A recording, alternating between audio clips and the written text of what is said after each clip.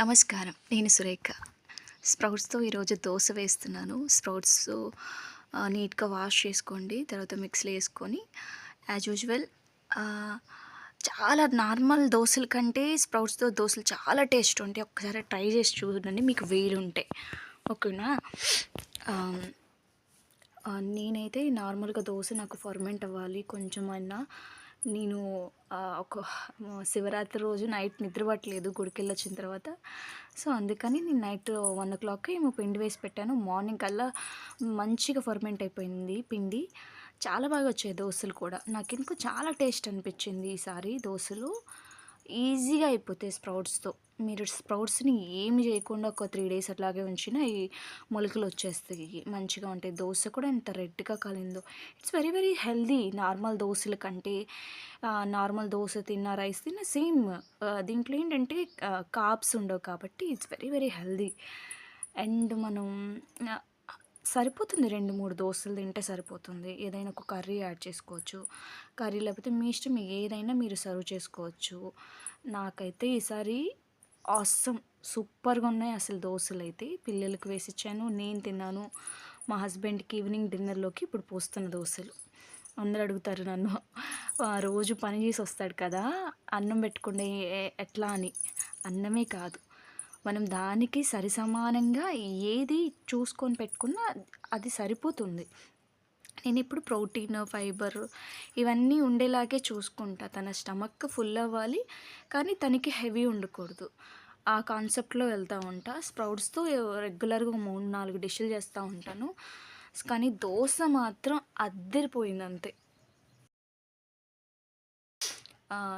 దోసలో మార్నింగ్ నేను పాలు తీస్తే పాలు విరిగిపోయాయి. మనం ఊరుకుంటామా? అస్సలు ఊరుకోము. దాన్ని పన్నీర్‌లాగా చేసి దాన్నిప్పుడు నేను దోసలోకి సర్వ్ చేస్తున్నాను. అది కూడా నాకు టేస్ట్ తెలీదు. నేను తినను. పన్నీర్ కానీ ఇవంటివి అస్సలు తినను. బట్ చేయటం అయితే నాకు సూపర్‌గా వచ్చు.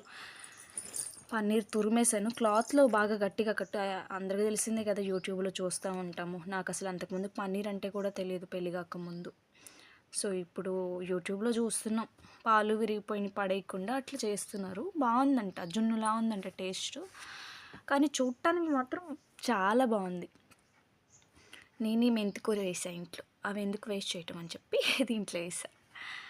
లుక్ అయితే అద్దరిపోయింది. సింపుల్‌గా, హెల్తీగా, స్టమక్ హెవీ లేకుండా, ఫ్యాట్స్ ఏం లేకుండా అన్ని గుడ్ ఫ్యాట్సే. చాలా బావుంది. ఒకసారి మీరు ట్రై చేయండి. మేతి లీవ్స్ ఏసాను, పన్నీర్ తురిమేస్తున్నాను. చాలా సింపుల్‌గానే చేసేస్తున్నా. మా ఆయన ఒక్కడి కోసమే చేశాను.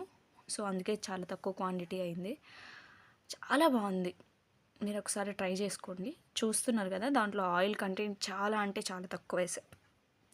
బేసికలీ నేను చూసుకుంటే ఈవినింగ్ టైం ఆయిల్ తీసుకోవటం చాలా తగ్గిచ్చేసాను. సో, అక్కడ మీకు ఆయిలే కనిపించట్లేదు. సో, నా వీడియోస్ మీకు నచ్చుతుంటే లైక్ చేయండి ప్లీజ్. ఆహ్, నాకిప్పుడిప్పుడే అర్థమవుతుంది నా వాళ్ళు ఎవ్వరు కూడా చూడట్లేదు అని. ఎవరిష్టం వాళ్ళది. ఇంక మనం ఏం జేయలేం గదా! అట్‌లీస్ట్ చూస్తే సపోర్ట్ వస్తుందనమాట. సపోర్టివ్‌గా ఉంటుంది. వ్యూస్ వస్తాయి. కానీ ఎవరు చూడట్లేదు నా వాళ్ళు కూడా. It's okay. ఇంక మనం ఏం జేయలేము. సో, అది మంచిగా కొంచెం సేపు ఫ్రై అయిన తర్వాత సాల్ట్ వేసాను. అండ్ యాజ్ యూజువల్ మనం కూరల్లో యేసుకునే లెక్క పసుపు. కానీ ఈ సమ్మర్ సీజన్‌లో చాలా తక్కువ పసుపు కూడా యూజ్ చేయండి. వింటర్ సీజన్‌లో యూజ్ చేసినట్టు పసుపు ఎక్కువ వేసుకోకండి. బాడీ హీట్ చేస్తది. కారం కూడా చాలా తక్కువ వేసాను నేను. సాల్ట్, కారం, పసుపు ఇవన్నీ చాలా తక్కువ అంటే తక్కువ వేసేస్తాను. కాకపోతే టేస్ట్ కోసం కొంచెం వేసాను అంతే. సో, స్ప్రింగ్ ఆనియన్స్ కూడా నేనే మా ఇంట్లో నేను వేసిన చెట్టుతోనే వచ్చింది. చెట్టు కాదు మొక్క. ఆనియన్‌ది చెట్టు ఎవరో ఇస్తే ఏసాను. బా వచ్చినియి. ఎంత కలర్‌ఫుల్‌గా ఉందో చూడండి. సింపుల్‌గా అయిపోయింది అసలు. ఎంత బావుందంటే నేను తినలే. తిని మా ఆయన చెప్పాడు.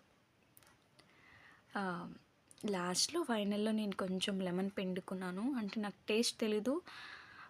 బావుంటుందని కొంచెమే ఒక 5, 6 డ్రాప్స్ పిండానంతే.